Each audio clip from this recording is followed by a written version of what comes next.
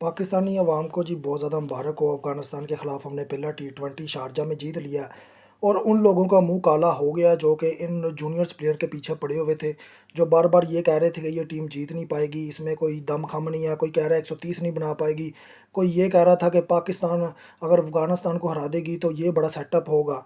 लेकिन जो भी हुआ बहुत अच्छा हुआ, पाकिस्तान ने बहुत अच्छा जीता आज मैच।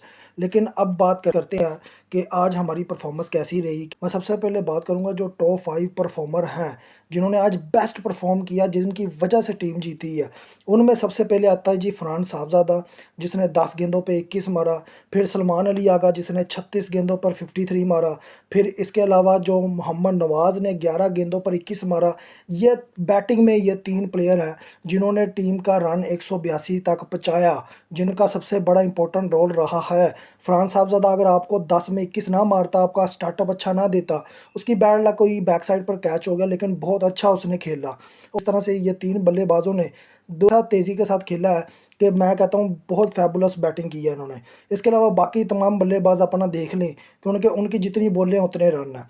इसके अलावा जी अगर बॉलिंग में देखा जाए तो सिर्फ दो स्पिनर जिन्होंने मैच को उठा के रखा, जिन्होंने डॉट्स बॉल कराई, जिन्होंने नाक पे दम करे रखा अफगानिस्तान की टीम पे, उसका जी नाम है मोहम्मद नवाज़।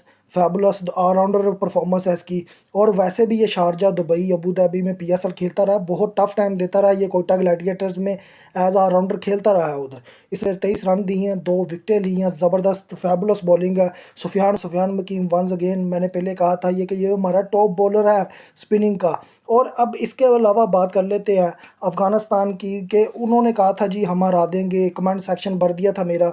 लेकिन मैंने पहले कहा था ये हमारे मुकाबले की टीम नहीं है। अगर इंडिया में इन्होंने हमें हराया या शारजा में जो सीरीज़ हराई है, उस वक्त तो हमारी सियासत चल रही थी टीम के अंदर, तो इस तरह की हार जीत उस वक्त हो सकती थी।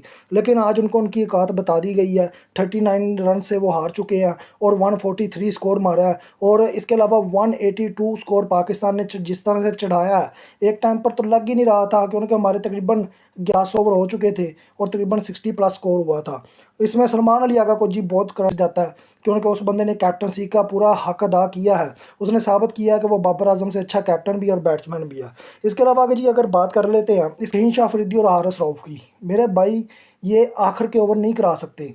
आपके पास सलमान मिर्ज़ा या दानियल अजीज़ जैसे बॉलर होने चाहिए जिन्हें एक्सपीरियंस है ओवर कराने का लास्ट का। आज आप देख ले तीसरे ओवर में दोनों को राशिद खान ने लपेटा, दोनों को छक्कों की बरसात की। 3 छक्के हारिस रऊफ ने खाए, 1 छक्का शहीन शाह अफरीदी ने खाया। उसके अलावा वो 12 से 13 रन दे गया आखिर तीसरे ओवर में। यही चीज़ इनकी पिछले 4 सालों से रिकॉर्ड हो रही है कि ये आखिरी 2 ओवर इतने इंतहाई घटिया कराते हैं। बंदा इनकी पहले 2 ओवर भूल जाता है कि उन्होंने कितनी डॉट बॉलें कराई, कितनी विकेटें ली हैं। ये मैं आपको बता दूं कि अगर आपने सलमान मिर्ज़ा को ना इंटर किया ना शहीन शाह अफरीदी की जगह, क्योंकि आज देख ले पहला ओवर बिल्कुल डेड गया, कोई विकेट ही नहीं, कोई बॉल में रिस्पॉन्स ही नहीं। इतना मूव हो रहा है, उसके बावजूद शहीन शाह अफरीदी पहले ओवर में विकेट लेने में नाकाम हुआ है। वो मोहम्मद नवाज़ का ओवर डट गया है तो तीसरे ओवर में उसने विकेट ली है। अब हारिस रऊफ का भी यही है, सुफियान वकीम ने प्रेशर डाला है तो हारिस रऊफ के हाथ में विकेट आई है। लेकिन जो डेथ ओवर है वो किसने कराने हैं भाई? वो कौन कराएगा डेथ ओवर? मुझे ये बता दे, डेथ ओवर कराने किसने हैं? आपके ये 2 बॉलर हैं, ये हारिस शाहीन शाह अफरीदी, किसी काम के नहीं है। उसके अलावा मैं बात कर दूं फ़हीम अशरफ, भाई इसकी ज़रूरत नहीं है। ना वो बैटिंग में चल रहा है ना बॉलिंग में चल रहा है, पता नहीं टीम में कर क्या रहा है। किसी को नहीं पता वो टीम में करने क्या है। 1 ओवर कराया, 15 स्कोर खा लिया, लेकिन बैटिंग में 12 स्कोर दे दिया, क्या फ़र्क पड़ गया जी? 3 रन तो बॉलिंग में दे गया वो ऊपर। अब बात ये है, मैंने पहले कहा था कि अबरार और सुफियान का कम्बो खिलाना ज़रूरी है। इन दोनों दोनों को टीम के अंदर खिलाना ज़रूरी है। आपके पास आज एक स्पिनर कम था, क्या हुआ? हसाम अयूब को देख ले, 2 ओवर में 20 से ऊपर रन दे गया। आपकी जो टेंशन बिल्कुल हाई थी उस टाइम जब आप 6 ओवरों तक पहुंचे थे, तो उनका 50 हो गया था, 1 विकेट थी। गुरबाज और जिस तरह से सदीक ने, उन्होंने दोनों ने पार्टनरशिप डाल के आपकी नाक में दम कर दिया था। आपके होश उड़ गए थे, आपके कैप्टन की लातें कांप रही थी। वाकई सलमान अली अगर को समझ नहीं आई, सारे प्लेयर इकट्ठे हो गए, ग्रुप में हो गए, ये बात कर रहे थे कि किस तरह से आउट किया जाए। बात यह है कि सुफियान मकीम का ओवर आया, उस वक्त टेंशन क्रिएट हुई। मोहम्मद नवाज़ का ओवर आया, उस वक्त क्रिएट हुई। आपको जब पता है ये चीज़ है, ये आपकी स्पिनिंग बॉलिंग को सपोर्ट करती है, तो क्यों आप हारिस रऊफ या शहीन शाह अफरीदी पर, फ़हीम अशरफ, इन पे ज़्यादा रिलाई कर रहे हैं? ये आपको परफॉर्मेंस नहीं देंगे। ये मैं बता दूं, ये जो बड़े मैचेस आएंगे इंडिया के ख़िलाफ़ या बड़ी बड़ी टीमों के ख़िलाफ़, आप जब एशिया कप खेलेंगे, तो ये हारिस और शहीन आपको खुडे लैंड लगा देंगे। ये आपको मैं टू द पॉइंट बात बता देता हूँ। हारिस 3 छक्के खा रहा है राशिद खान से। आपका जो ये शहीन अफरीदी है ये राशिद खान से छक्का खा रहा है। और अगर वो कह रहे हैं ना एक छक्का है, तो उसका जाकर उस ओवर में स्कोर देखे 12 से ऊपर जा रहा है।